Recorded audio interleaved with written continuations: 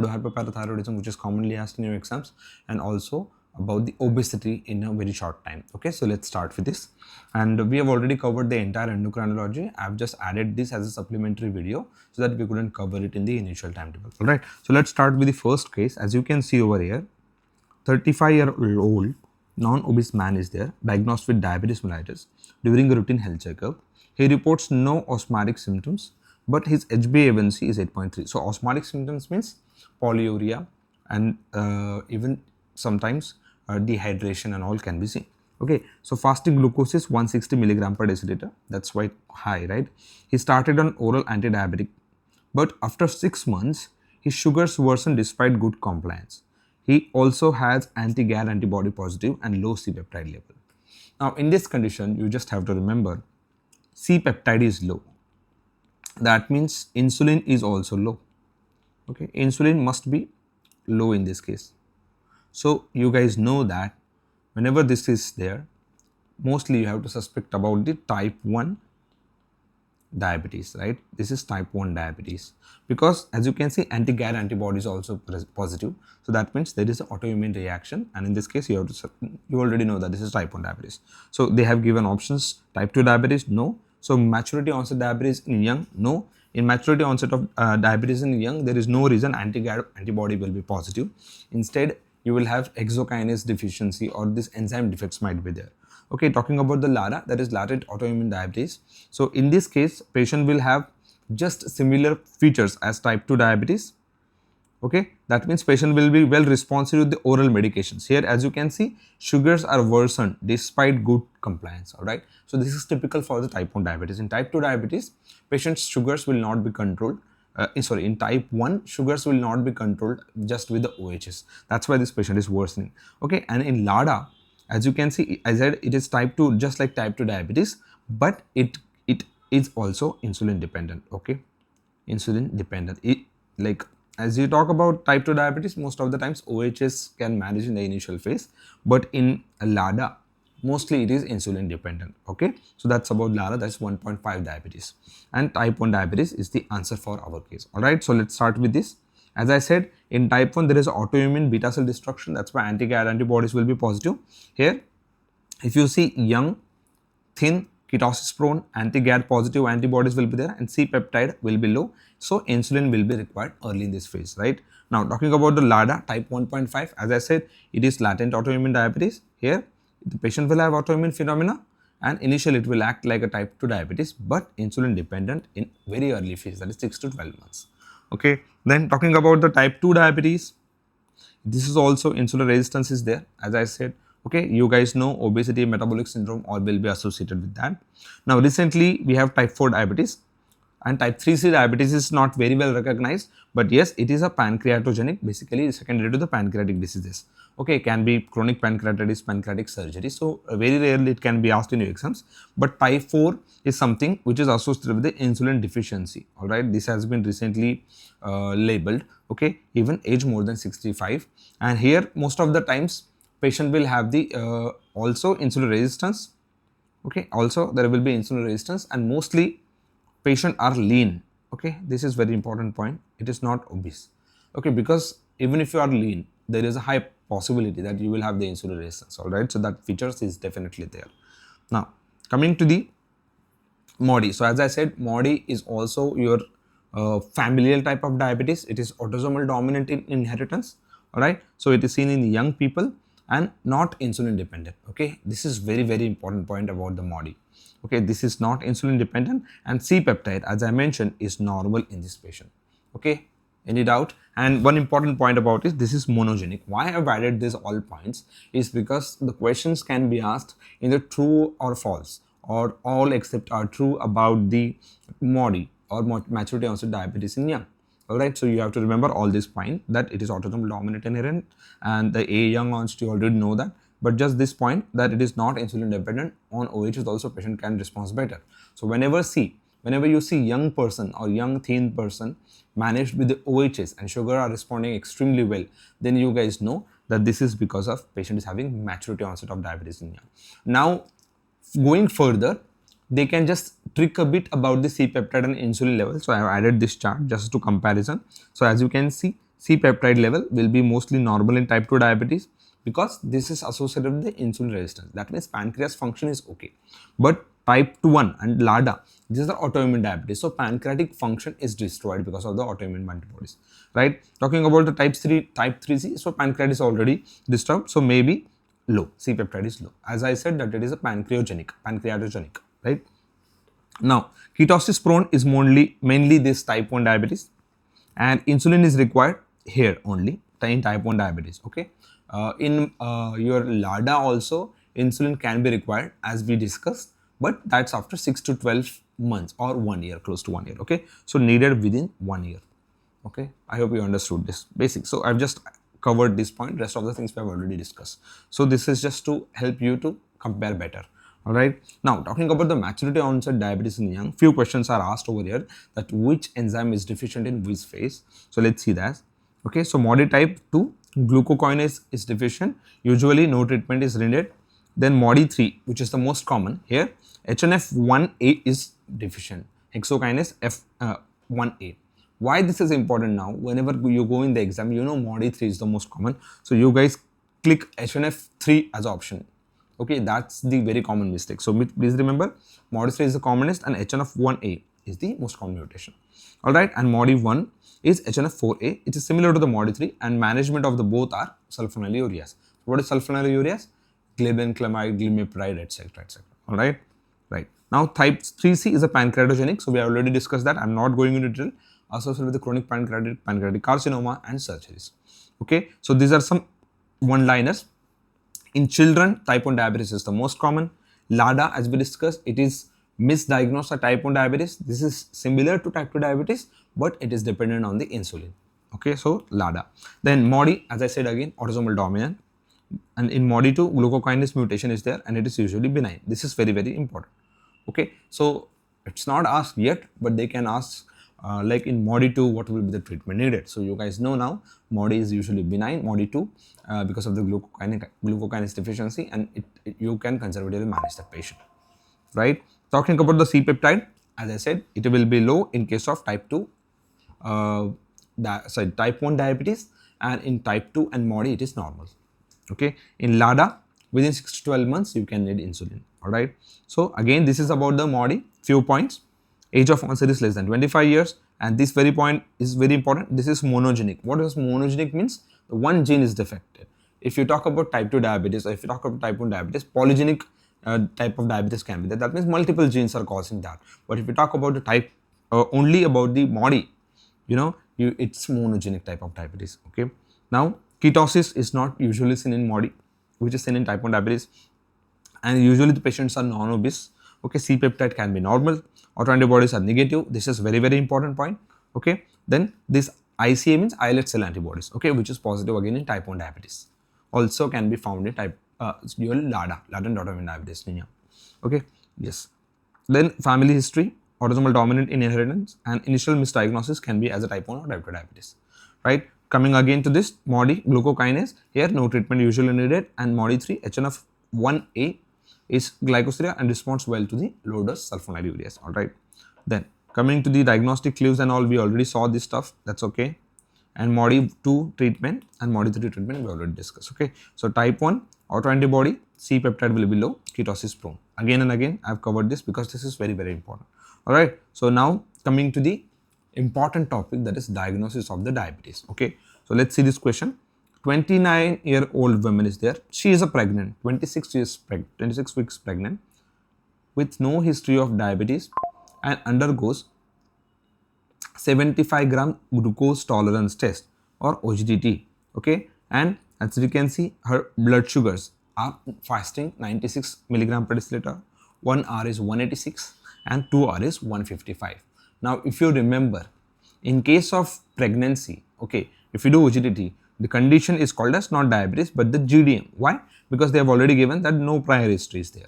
So if there was a prior history, then we could have considered about the over diabetes in pregnancy or something like that. But here clearly, if you know the guidelines, right? If you know the guidelines, the fasting blood sugar should be more than 92 only, but here it is 96. So this one finding only will tell us that the patient is having GDM in this case. So the diagnosis is gestational diabetes mellitus. With this, let's see how do we classify the diabetes and how do we diagnose based on the blood sugar. All right, we will discuss about the non-pregnant, that means adult, and also pregnant. So both are important for your examination. All right, in non-pregnant we already know that random blood sugar should be more than 200 with findings of the osmotic like polyuria etc. should be there, or symptoms about the diabetes should be there, then you can consider it as a diabetes. All right, really sorry with this. Yeah, so apart from that, as I said, even in case of your 2-hour sugar should be more than 200 and fasting should be more than 126. That's about the type 2 diabetes. Okay, so just a second. Yes, we're going. Yeah, no issues. Yes, we have been. Yeah. All right. Okay. So as I said, whenever your blood sugar is more than 126 as a fasting, more than 200 in 2 hours, and HbA1c more than 6.5, you can say that patient is diabetic, and random blood sugar more than 200. Okay. So this we go with this. So this is the ADA criteria, as we know. Okay. American Diabetes Association. So fasting more than 126, 2 hours more than 200. HbA1c more than 6.5, random blood glucose more than 200. This is all basic. I know you are all knowing this, but this is very important GDM, and which you make mistake in this exams also. Okay, remember, if fasting blood sugar more than 92, in our patient it was 96, 1 hour more than 180, in our patient it was 186, and 2 hour more than 153, in our patient it was 155. So all these 3 findings were positive. So if you remember, only 1 out of these 3, even if it's positive, then you can label the patient as gestational diabetes mellitus. All right. So here, if you remember, 92, 80, 180, and 153. Okay. Quite strange values to remember, but we have no options. Okay. Yes. So only one value will tell you about the diagnosis in this case. Now, if patient is having pre-diabetes, then what will be the findings? So fasting blood sugar 100 to 125. 2 hours OGTT will be 140 to 199. That's your impaired glucose tolerance test. Okay, and HbA1c between 5.7 to 6.4. So this will be labeled as pre-diabetes. All right, HbA1c 5.7 to 6.4. 2-hour blood sugar, that is impaired glucose tolerance test, between 142 or 150 to 199, and fasting between 100 to 195. Okay, and if it's above than that, then you know it's an over diabetes case. Okay, right. Now remember, HbA1c in pregnancy is not used in a criteria. Okay, only we used OGTT and the IDSP and DIPSI guidelines. All right, which said that, right, 90, 180 and 153. Okay, so we use these guidelines. So HbA1c does not have role. Okay, not used in the diagnostic with the GDM. Now stress hyperglycemia, you always have to confirm post recovery of the pregnancy. Okay, then corticosteroids and glucose, so can give falsely risen blood sugar, because in some pregnant women corticosteroids are given. Okay, then talking about the urine glucose, again it's not reliable for the diagnosis. Glycosuria is not reliable. Okay, so best test for screening GDM in India is 75 OGTT, 75 gram OGTT we do. Then only one abnormal value, as we discussed, is enough to diagnose the GDM as per the IID, PHG and DIPSI guidelines. Okay, then GDM is usually appearing at a 24 to 48 weeks. This is also very common question for your exams due to insulin resistance. All right. We also discussed diagnosis of diabetes, fasting more than 126, 2-hour OGTT more than 200, and HbA1c more than 6.5. I'm going a little faster because I already covered this stuff. Now, in symptomatic patient, random glucose is more than 200. That's a diagnostic case. So that's a random blood sugar. Okay. Finally, OGTT is the gold standard. Okay, now coming to the management of the diabetes, quickly we will go through this. So here we have a 54-year-old man with type 2 diabetes for 8 years and already on metformin, glimepiride, and has persistent HbA1c of 8.4. That means control is not good. So if you want to say about the good control, depends on the patient's condition most of the times, but we target HbA1c less than 7%. That's a good control considered. So he also has a history of prior end-stage stage 2 CKD is also history of CKD is there. His BMI is 31 kilogram per meter square, and which of the following is the most appropriate next step in the glycemic management? So they have given you a vascular phenomena, they have given you a kidney disease phenomena. All right, and with this they want to ask you like what additional therapy would you add in this patient. So as we know, considering all the recent trials, SGLT2 inhibitor has been proven to have significant benefit in case of even cardiac effects as well as even the renal effects. So obviously the diagnosis will be SGLT2 inhibitors. Like you guys know, the apagliflozin, empagliflozin, you guys must have read that in the pharmacology, but we'll discuss that, no worries. All right.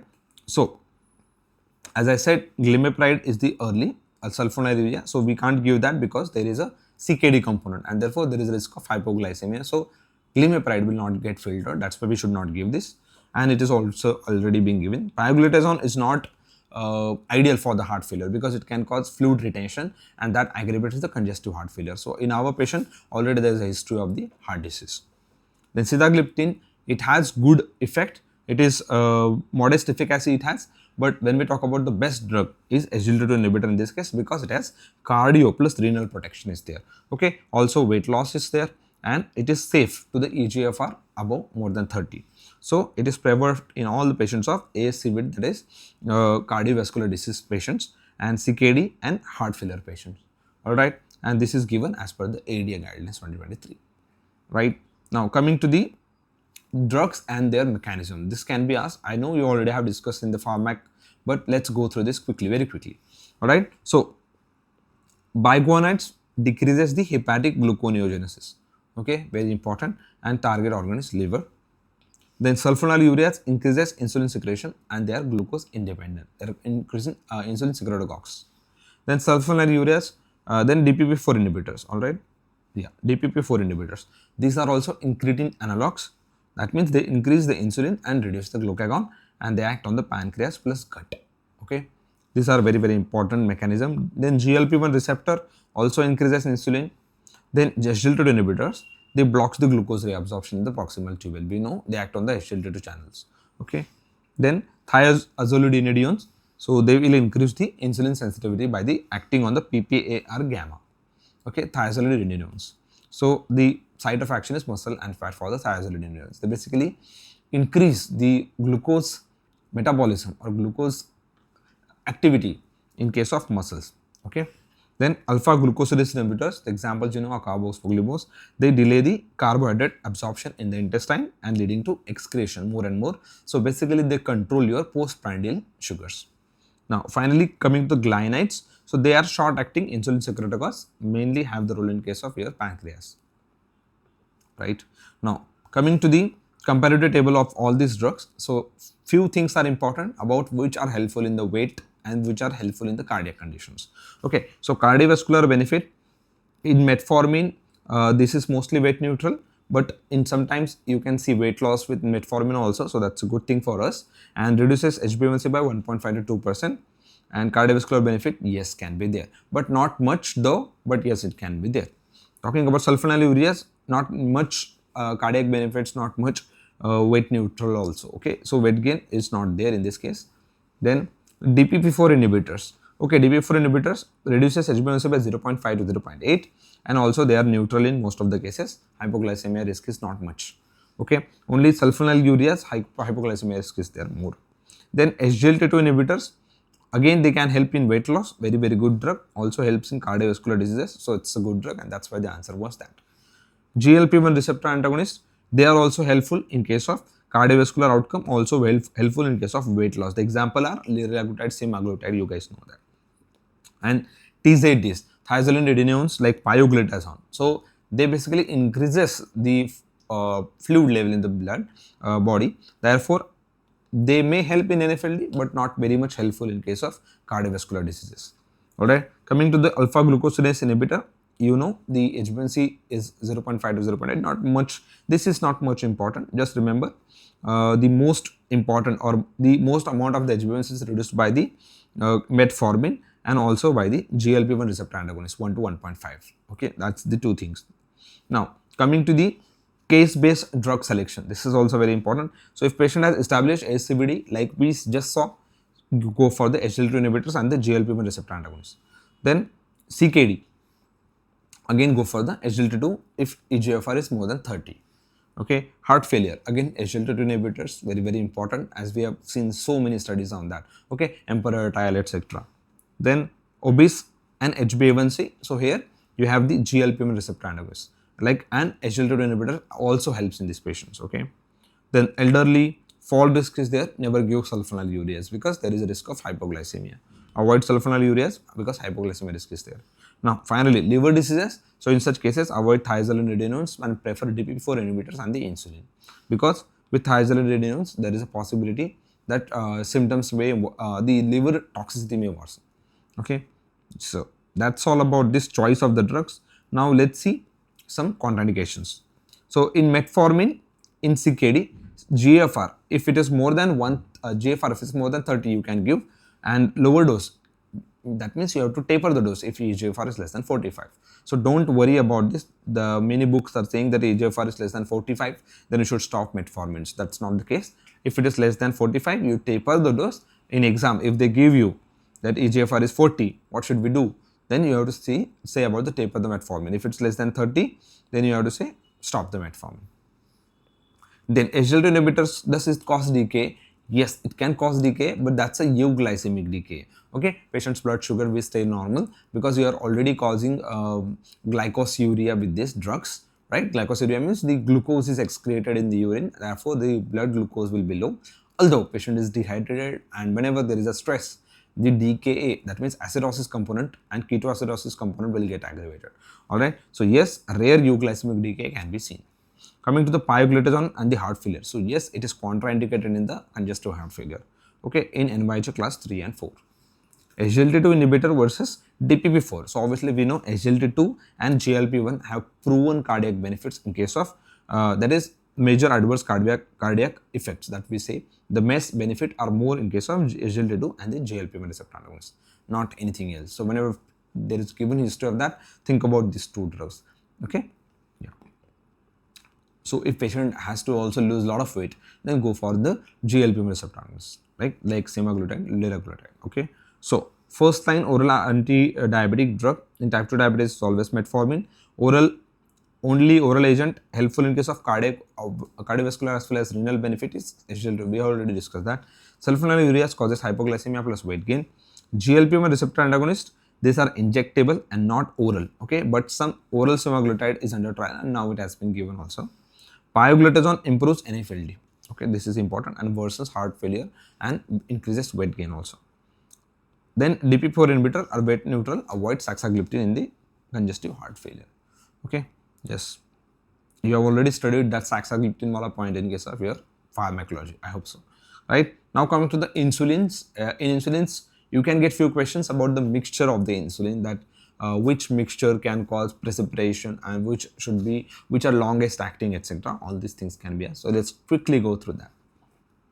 So we have a 28-year-old man with newly diagnosed type 1 diabetes and is admitted with a DKA and managed successfully. Okay, so he was admitted with DKA, managed successfully. On discharge, he started on the basal bolus insulin regime. His total daily insulin dose is calculated as 0.6 units kg per day. His weight is 60 kg. Okay, so that means he will need 36 units. Which of the following is the correct initial insulin prescription? Let's see that. Okay, so here they are giving 28 units regular insulin thrice a day. Okay, and 12 units of glargine. Okay, AM. They are calling it as a AM. So it's definitely given at the night most of the times. Okay, so it should not be an option. And also the dose of the insulin is quite high. 28 regular will be high. Now here 18 units detimir at night and 6 units lispro TID. So can be a answer. Let's consider this as an option, because even though insulin is like the required amount is not fulfilled, though we are giving good amount of the basal insulin. Okay, that can control the glucose spikes. And this regular insulin or short acting insulin component we can decide based on the patient's food intake also. Then 36 units regular, this is intermediate acting. So intermediate acting of 36 units will cause hypoglycemia in this patient. All right, so depends on the patient's appetite. Okay, also even if you give twice a day 36 units as 18, then also there is a very high possibility of the hypoglycemia with that. Now 15 units degludec and the 15 units, this also will be very high dose in this case. Okay, so the most correct answer over here is this. So not expecting questions like this in your exams about the insulin you use though, but this is the possibility. You have to go logically. Okay, let's see now how to go ahead with this kind of things. So first, we know the types of insulin: ultra rapid, rapid acting, short acting, regular acting, intermediate acting, and long acting, and ultra long acting. Okay, so ultra rapid are Fiasp and ultra rapid Lispro. Okay, then rapid acting are Lispro, Aspart, and Glulicin. Okay, so always remember this word glare. Okay, so that's how I used to remember. Okay, Glulicin, Lispro, Aspart are the shortest acting. Then regular insulin is regularly acting. Then NPH is there, which is intermediate acting, and then finally your Glargine is there, and Detemir is there, and Degludec is there. Okay, and Degludec is there. So these are something which are longest acting, right? So as we just saw, short acting regular insulin, intermediate is NPH, long acting is Glargine, Detemir, ultra long is Degludec, and pre-mixed components are also available in the form of 70-30. So this 30 component is the regular insulin. Now you will be asking me that how you will decide that, to give 70-30 or give 50-50 insulin, or it depends on what factor. So always remember, if the patient's meal is good enough, or patient's appetite is good enough, patient is eating well, then in these cases you give high amount of the regular insulin also, so that there is no spikes. Okay, so in this case 70-30 is good, but if patient is eating a lot, then 50-50 is given. Okay, which is not written over here anyways. So with this is just a classification that you should remember. Obviously based on this patient's requirement, you can modify the doses of this insulin, right? Finally, coming to the mechanism of action of this insulin. So we know insulin binds to insulin receptors and activates the tyrosine kinase, GLUT4 translocation, and glucose uptake in muscle and fat is increased. Okay, so all this is physiology stuff. Also you must have read that in case of your physiology, pharmacology also, but yes, we'll just cover it quickly over here, right? GLUT4 is for the glucose. Okay, now on the muscles and fat. Then in liver it basically reduces gluconeogenesis and increases glycogen synthesis. That means utilizes sugar. Then in fat it reduces lipolysis.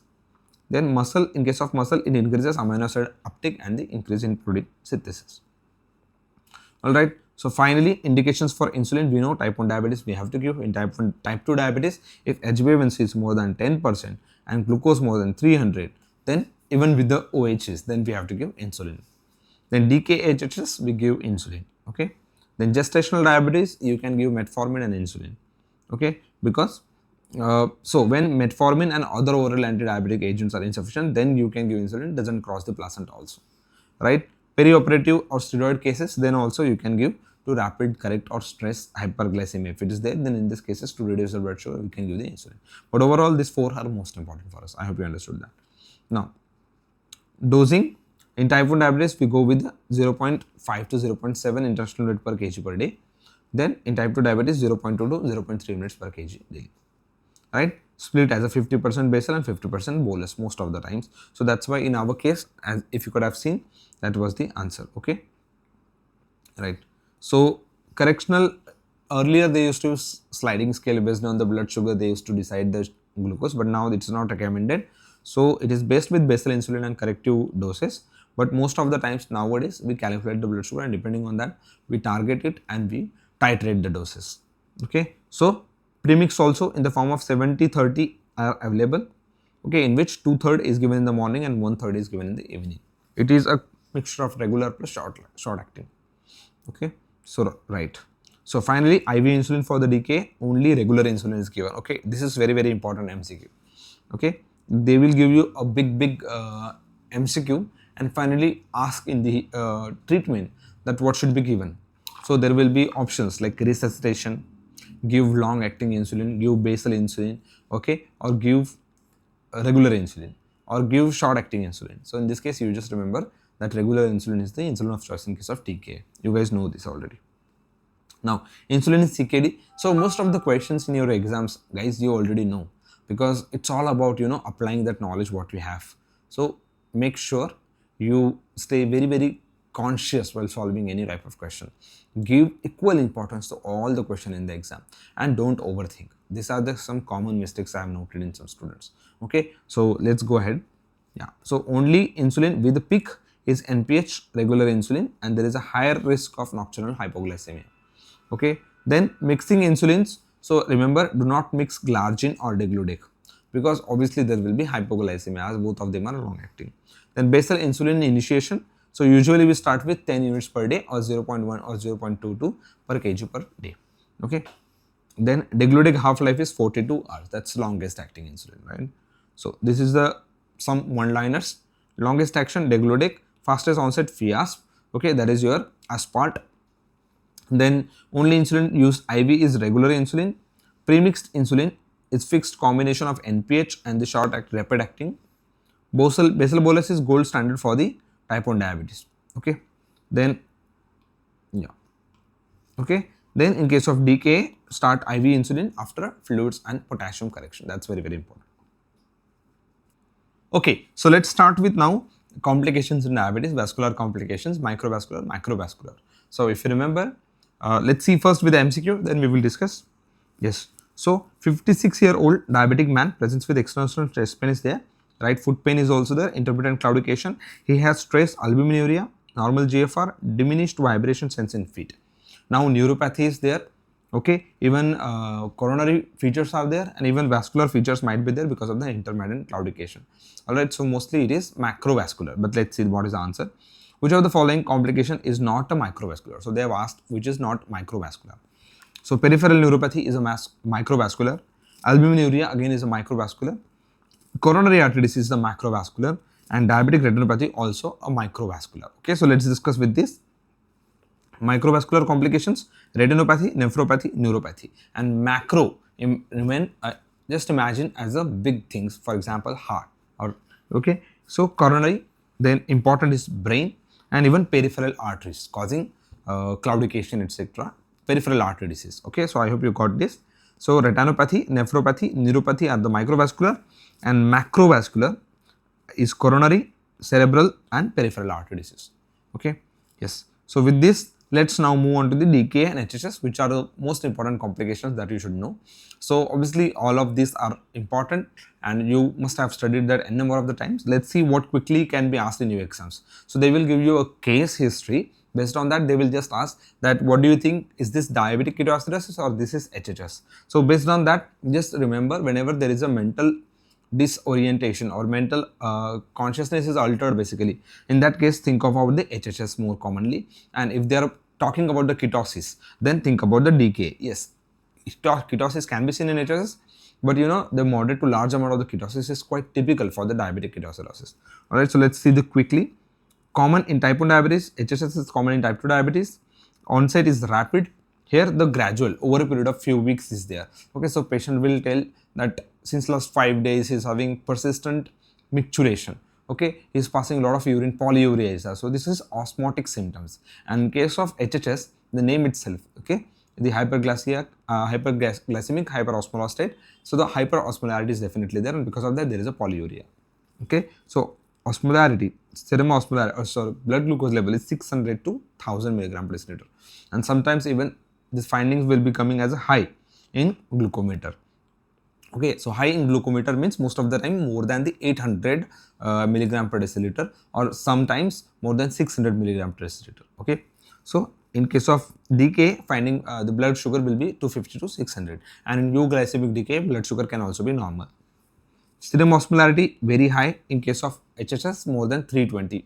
Okay, then ketones is positive in this case and can be present in small amount in case of HHS.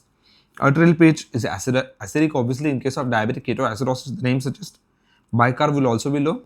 Anion gap is high anion gap metabolic acidosis. Mental status is alert to drowsy, but here often stuporous and comatose as I mentioned. Mental fluid loss, so here in case you have to give water, sodium plus potassium, and here massive free water loss is there. Alright. Yes. So here mortality is 1 to 5% and here 10 to 20% mortality is there in case of HHS. Okay, so now let's quickly see the pathogenesis, very important. DKA, there is insulin deficiency, lipolysis will occur. Okay, Now here free fatty acids will form and ketones will be produced from that free fatty acids, and because of this ketone, metabolic acidosis will occur. Okay, that's about the whenever patient is dehydrated and there is an insulin deficiency in this patient. Okay, so because of insulin deficiency, as you know, if there is an insulin, lipogenesis will occur, insulin deficiency, lipolysis will occur. Whenever there is a fat metabolism, ketones bodies will produce, and ketone bodies will cause the ketoacidosis in these cases. Okay, talking about the HHS, here insulin may be present partially, inhibits the ketogenesis but not the hyperglycemia.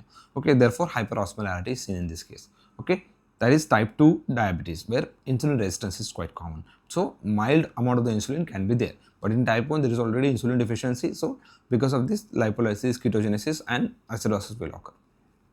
Coming to the treatment, in both of them you will have to give 0.9% NS and switch to 0.45 based on the sodium. So insulin, if they talk about, the dose of insulin is 0.1 unit per kg infusion plus bolus as well as. Okay, then potassium, so very important, remember, if potassium is less than 5.3 then and urine output is present, in these cases you have to be little sure about the potassium therapy. Okay, so if that means if potassium is 3.5, less than 3.5, you first give the potassium. If potassium is 3.5 to 5.3, then give insulin plus potassium, and if it is more than 5.3 potassium, then you can directly if it's in the normal range, basically 4.5 to 5.5, then you can directly start with the insulin.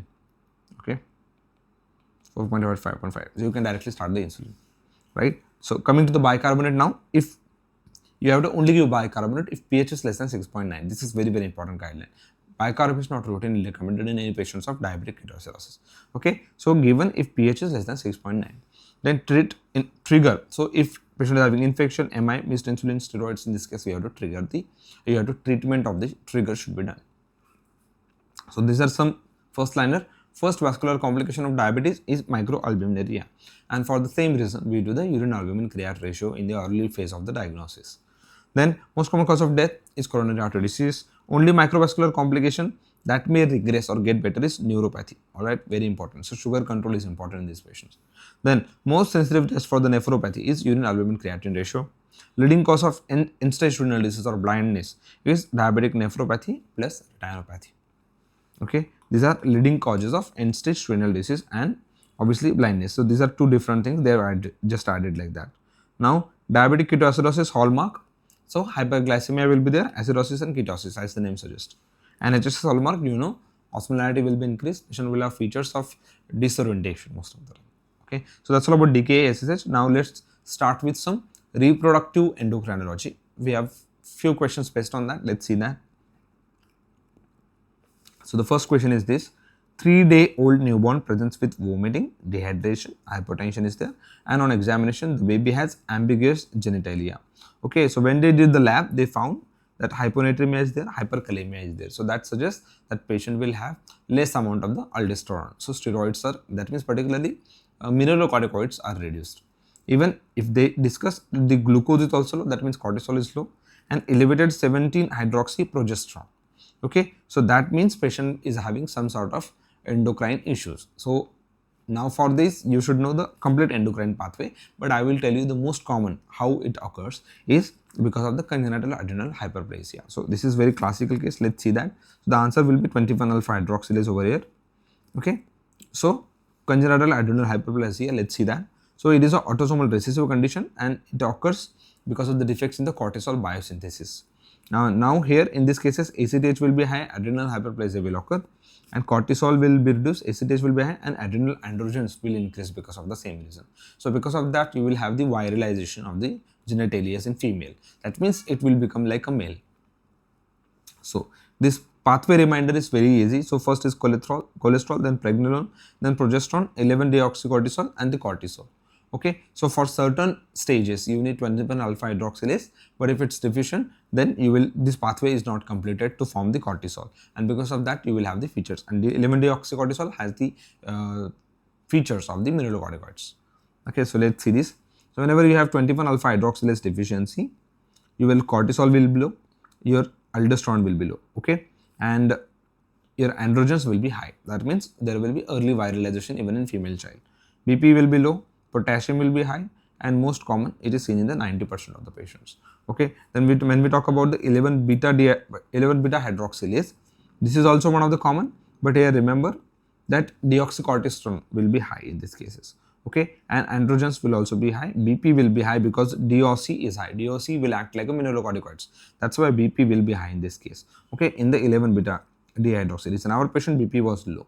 Okay, now hypertension and virilization will be there. Okay, now in our patient, that was sodium deficiency was there and potassium was high. So mostly 21 alpha hydroxylase. Now this is also commonly asked. So in 17 alpha hydroxylase deficiency, remember BP will be normal, but androgens will not be high.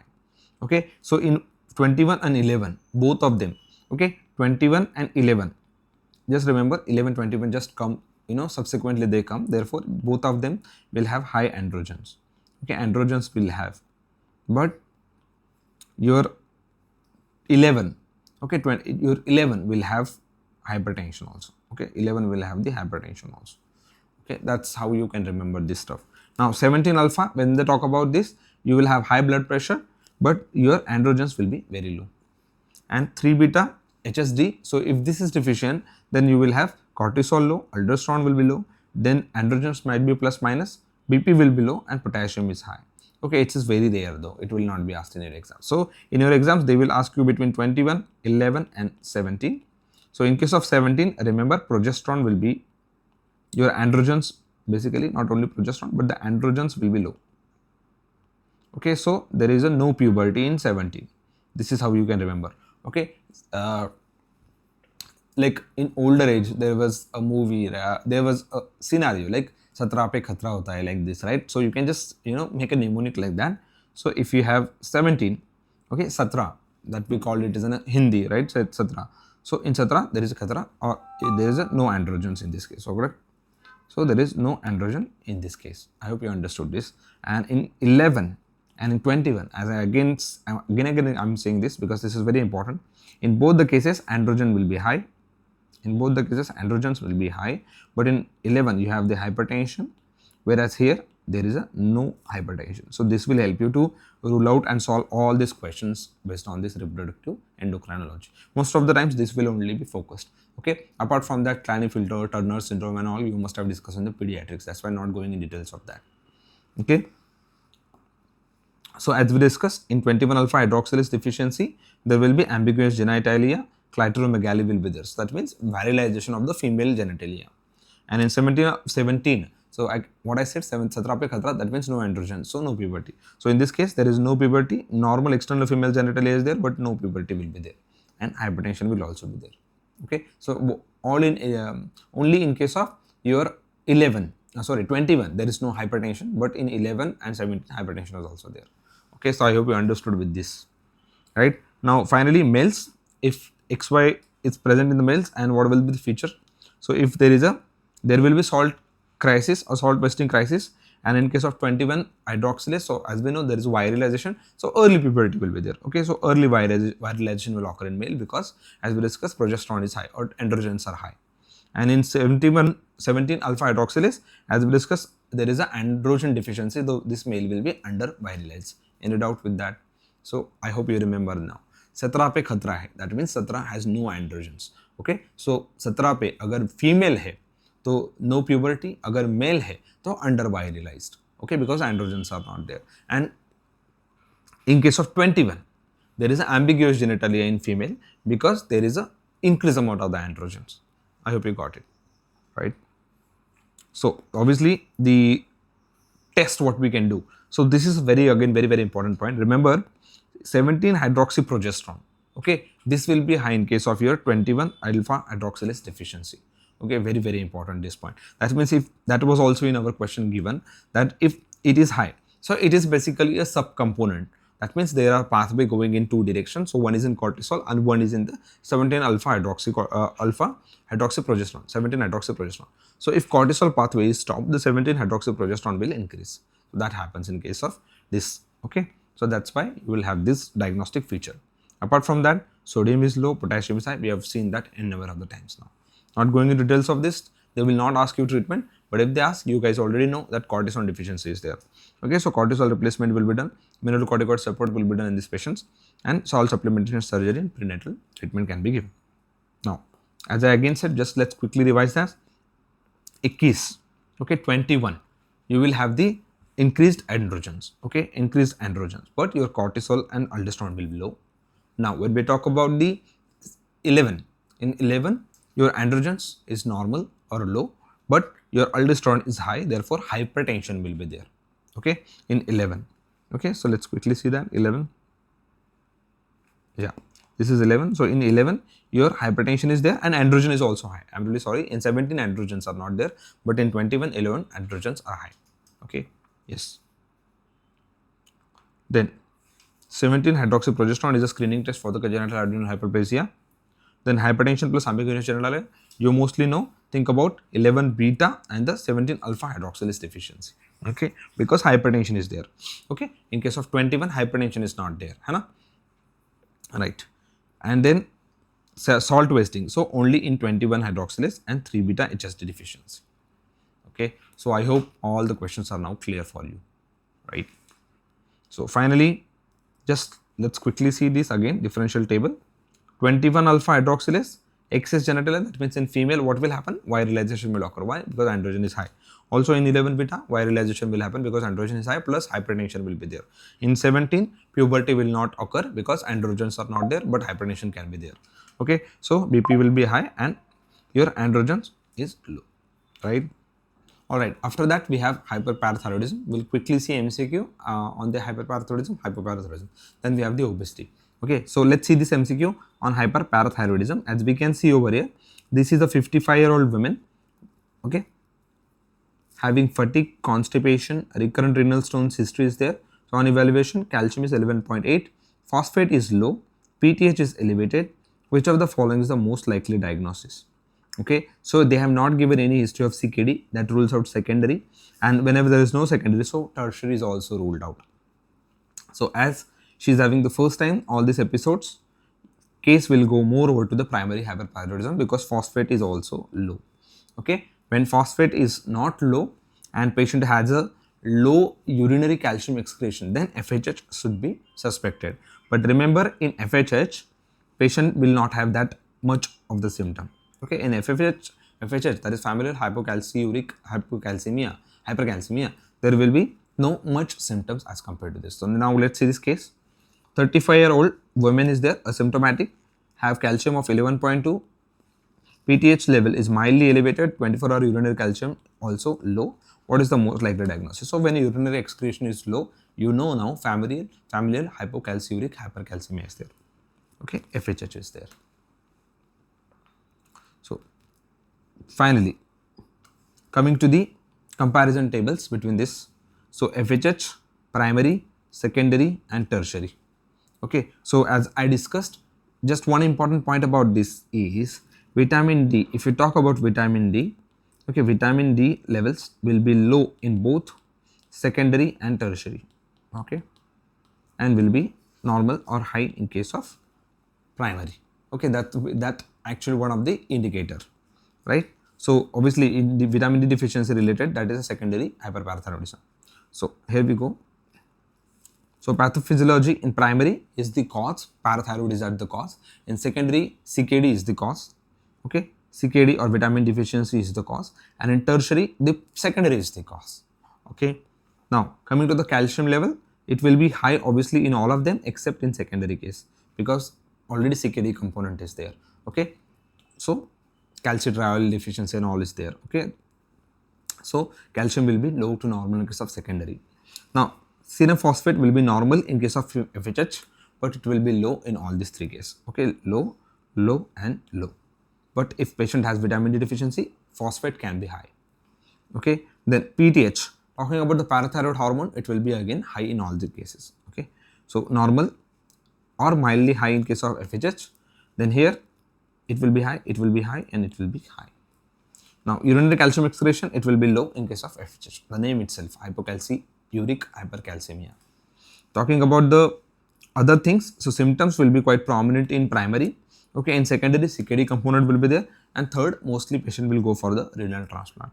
Okay, so apart from that, it is autosomal dominant FHH and it is mostly benign condition. In case of parathyroid, adenoma, etc. This is main one associated. We have already discussed that in the main syndromes. And CKD component is not inherited. Tertiary is also not inherited. Treatment is to treat the underlying cause. And here, if not getting better, then parathyroidectomy can be done. That's all about the hyperparathyroidism. Okay. FHH, primary, secondary, and tertiary hyperparathyroidism.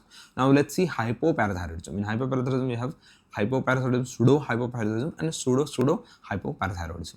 Okay, so let's see one MCQ on that. So we have a 14-year-old girl, presents with carpopedal spasm, short fourth metacarpal is there, and delayed tooth eruption is there. So whenever these findings are there, this is suggestive of Albright's osteodystrophy. Okay, so this is suggestive of Albright's hereditary osteodystrophy. Now in this patient, calcium is obviously will be low, as carpopedal spasms are there.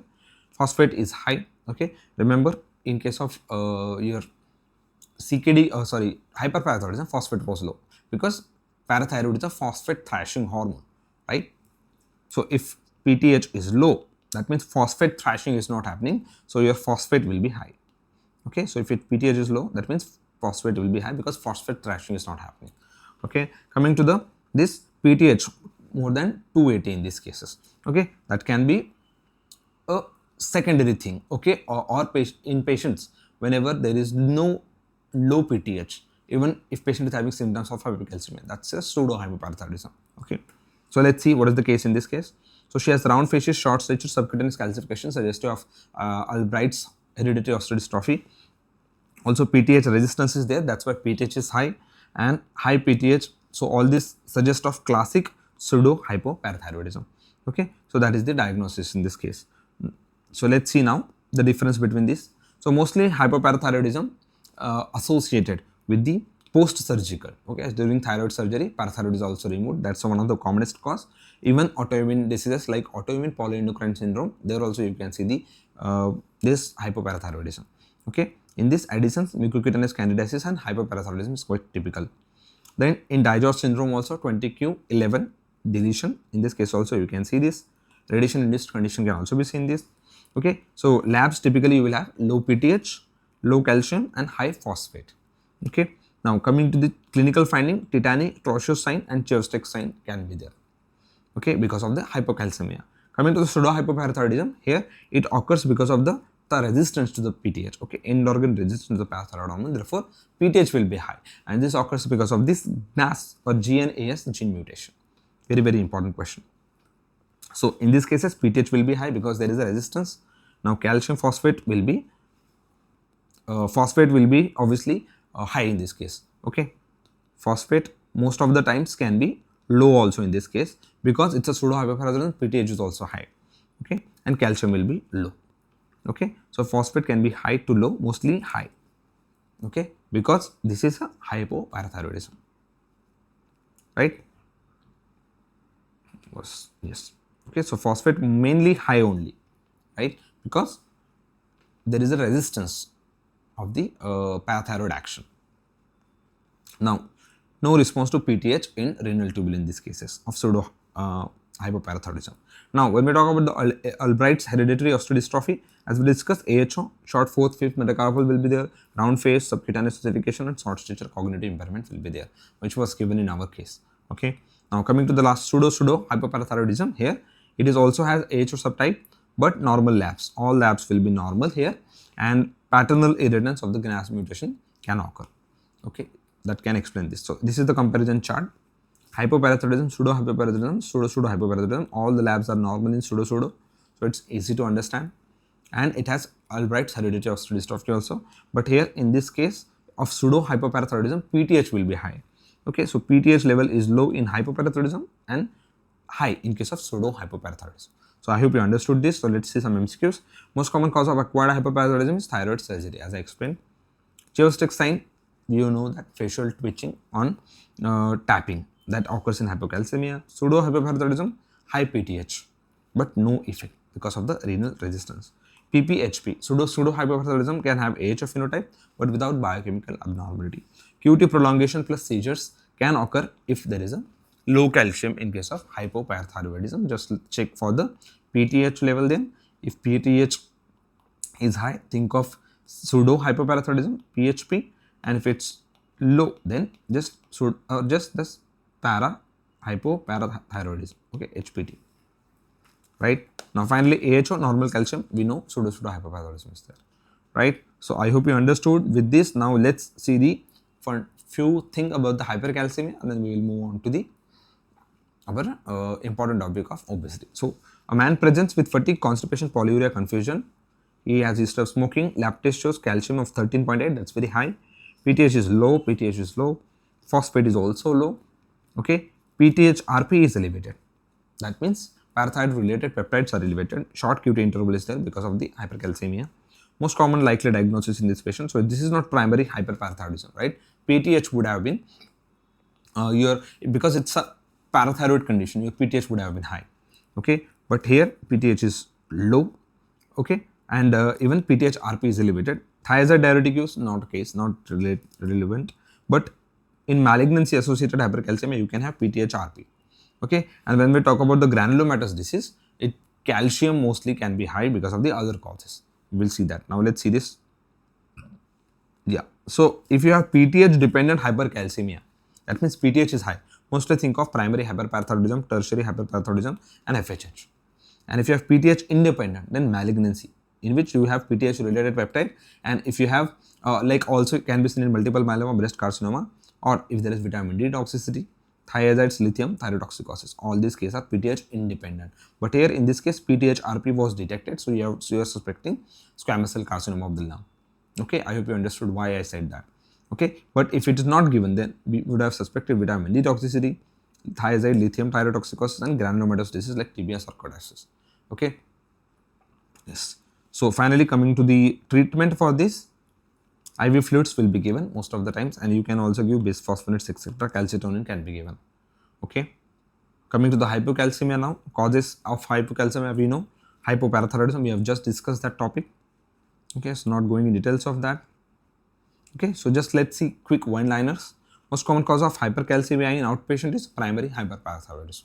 Most common cause of hospitalized patient, malignancy. Then PTH, if it is low, calcium is high, think of malignancy. If PTH is high, calcium is high, think of primary hyperparathyroidism as it is most common. Short QT, think of hypercalcemia. Long QT, think of hypocalcemia. Chef sticks, think of hypocalcemia. Acute asymptomatic hypocalcemia, give IV calcium gluconate. Okay, acute symptomatic hypocalcemia. Now, coming to the osteoporosis, very important topic. Okay, so let's see. As we already know, it is when we have the your T score basically on the DEXA scan of less than equal to minus 2.5. Okay, that will tell you the diagnosis of the osteoporosis. Let's see first. 65-year-old postmenopausal woman presents with back pain, recent vertebral compression fracture. She has no history of trauma. DEXA scan shows T score of minus 2.8. That is osteoporosis for sure. At the lumbar spine, serum calcium, phosphate, ALP are normal. What is the best initial treatment? So treatment is always in these patients is bisphosphonate therapy. That helps. Okay, right. So start bisphosphonates in case of osteoporosis. So based on the T score less than minus 2.5 osteoporosis. If it's less than 2.5 plus fracture is there, severe osteoporosis there. Okay. So most common in postmenopausal women, then senile osteoporosis case also very common. And these are very important point now can be asked, is modifiable and non-modifiable risk for that. So remember only non-modifiable, obviously the age, sex, family history cannot be modified. Okay.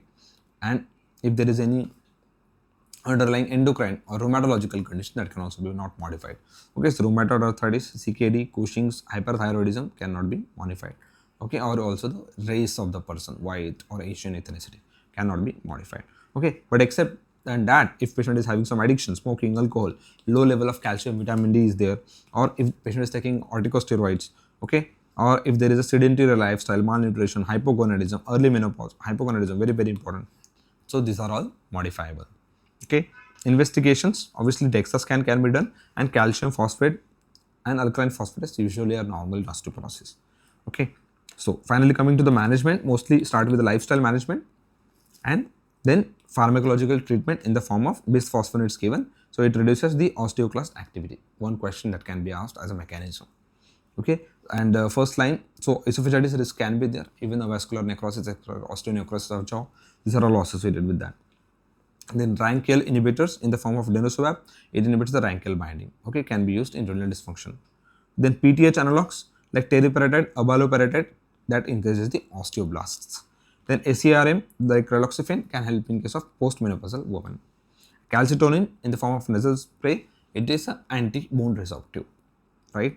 So DEXA scan every 1 to 2 years is recommended for monitoring and bone turnover markers like NTX if needed, right? So this is the difference between osteoporosis, osteomalacia, not very relevant, but can be considered to ask. So let's see this. So vitamin D level in osteoporosis will be normal to low, but obviously osteomalacia occurs because of vitamin D deficiency, if you know, right? Osteomalacia is the rickets in adults basically. Okay, so calcium phosphate and alkaline phosphatase will be high. Calcium phosphate will be low and alkaline phosphatase will be high. Okay, so these are some one-liners. Most common cause of osteoporosis is post-menopausal bone loss. Alendronate is the first-line drug. Teriparatide is an anabolic drug. Maximum 2 years period is can be given. Denosumab preferred in renal impairment, as we discussed. Denosumab. Okay, then DEXA preferred for the age more than 65, 70 or earlier with risk. That's recommended for the guideline or follow-up or regular screening basically. Then bisphosphonates, avoid lying down post dose because it can increase the esophagitis risk. Raloxifene decreases the breast cancer risk also, but increases the DVT risk because it's again estrogen, right? Then vitamin D toxicity can cause calcium high and low PTH, okay, because of vitamin D toxicity. So that's all about this final topic of the day, that is obesity. Now let's quickly see this. A 38-year-old woman, BMI of 39, presents with fatigue, snoring. She has well-controlled type 2 diabetes, hypertension is there. She failed dietary and exercise intervention for 1 year and BMI is 39. She refuses surgery. What is the most appropriate next step? So in such cases, we will have to give such a drug which will help in the maximum way. So that drug that maximum helps in weight loss is semaglutide. So do we have that option? Yeah, we have GLP-1 agonist. Semaglutide is the answer in this case. Okay. So GLP-1 analogs is the most effective non-surgical weight loss agent and improves the diabetes and the cardiovascular risk in such cases. Okay, yeah. So earlier I had wrongly mentioned as antagonist. That's wrong in case of diabetes. I just remember I mentioned antagonist. That's wrong. It's analog. Okay, GLP-1 analogs. Okay, so coming to the diabetes classification, obesity classification. So obesity class 1 is 30 to 34.9. Obesity class 2 is 35 to 39.9. Okay, that's morbidly obese. Morbidly obese is, BMI more than 40. Okay, so in our patient, 39 is the BMI. And if it is morbidly obese, that means more than 40. So for more than 40, surgery is recommended. I hope you remember this. And HF cutoff is BMI more than 23 and obese if more than 25.